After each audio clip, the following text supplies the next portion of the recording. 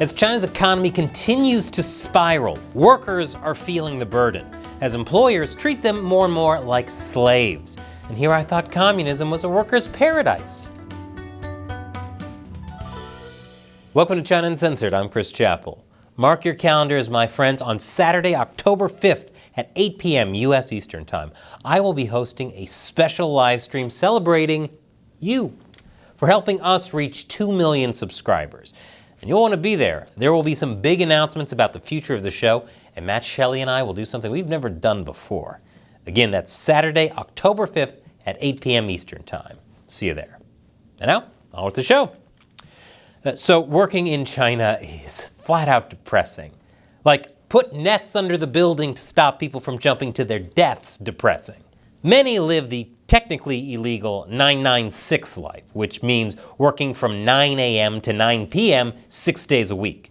But there are over 200 million gig workers, jobs like food delivery drivers, and they don't have it any easier either. The poor treatment delivery drivers get has been a hot topic these days. It came to a boiling point last August when a picture of a delivery driver named Sha Bing kneeling in front of a security guard went viral. The security guard reportedly took Yang's scooter keys away and threatened a heavy fine for alleged railing damage after Yang scaled a low fence to make a rush delivery. Mind you, this is a security guard, not a police officer. Security guard's authority extends just slightly past, "help, I need an adult." Lots of people were outraged by the incident, which led to a delivery driver protest against the security guard, the people who hired him, and terrible working conditions for gig workers in China. As protests escalated, Meituan, the delivery platform that the writer in question was working for, said it will take thorough responsibility to look into whether Yang was treated unfairly and ensure its delivery riders are properly protected. Keep a mental note of Meituan, I'll come back to it in a minute. Just a month after that whole incident, another delivery driver story sparked outrage. This time, it involved a 55-year-old delivery rider named Yuen, who died while resting on his bike after working 18-hour shifts daily, sometimes working until 3 a.m. and then waking up at 6 a.m. It's worth noting that Yuen had suffered a leg fracture in a traffic accident while delivering an order just 2 weeks earlier, and that he had only taken 10 days to recover, and that at the time of his death, it was around 98.6 degrees Fahrenheit in his city and had been hot for several days. Again, cries for better working conditions for gig workers in China rang out, but the response was lackluster, to say the least. Remember Meituan, the delivery platform I mentioned earlier? Guess what it decided to do just weeks after Yuen's death? It published this report claiming that a majority of its riders don't work under intense conditions and make loads of money. That report provoked a lot of pushback. Many users argued that the figures that Meituan shared suggesting riders earn high wages and work few hours on average were misleading, especially since gig workers do not receive the same benefits as full-time employees in other industries. But let's say Meituan riders really are working fewer hours. That isn't the norm in the entire delivery industry. According to a researcher at the Institute of Journalism and Communication under the Chinese Academy of Social Sciences, a survey showed that the percentage of full-time delivery riders in China doing over 10-hour workdays drastically increased from 36.5% in 2018 to 62.6% in 2021. Given the state of China's economy, I wouldn't be surprised if even more people are putting in long hours now. But long work hours are just the tip of the iceberg. There's also the abuse that companies impose on their employees. This once again came to people's attention after Chinese bubble tea chain giant GoodMe thought it was a good idea to follow a TikTok trend and publicly shame employees with signs around their necks saying, "I'm guilty," alongside things like failing to add nuts, forgetting to include a straw, and forgetting to put on a lid. Yes, this is how you show people how seriously you take customer service. Didn't take too long for people to get outraged, forcing GoodMe to apologize and take down the video and say it was a misguided attempt at humor. It's just a joke, man. Look at how funny they think it is. Those are tears of laughter. Given the current state of work in China, I don't blame people for feeling angry.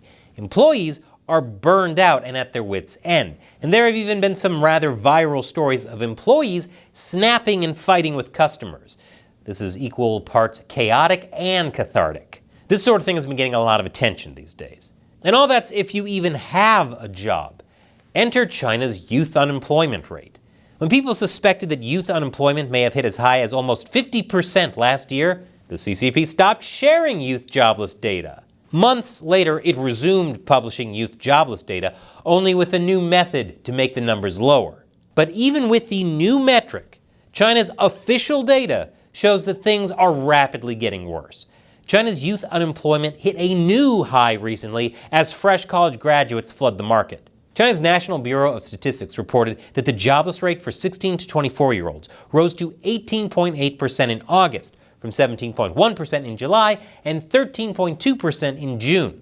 Even for Chinese people in their mid to late 20s, things are getting worse. Let me remind you that this is after China modified its metrics.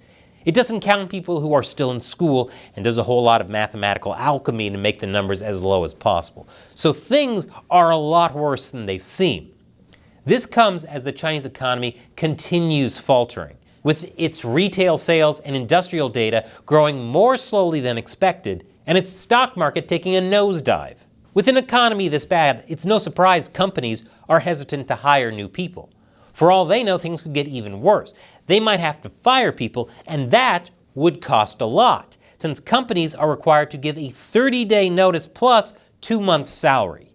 So workers in China can't win. Working conditions are abominable, while entirely too many people who want to work are out of luck, and the economy is in an out-of-control downward spiral. No wonder many in China are calling it the garbage time of history, a futile dead end for the country with no chance of a comeback. And as much as Chinese state-run media pushed back on the concept earlier last summer, things in China are looking very bleak. It might be time to install some more anti-suicide nets. To keep exposing the CCP like this, I need your help. Contribute to the show on the crowdfunding website patreon.com/China Uncensored. You can contribute however much you want, but you could even set a monthly limit so you're only giving just $1 a month to the show. And as a thank you to everyone who contributes, I'll answer your question or comment at the end of these episodes.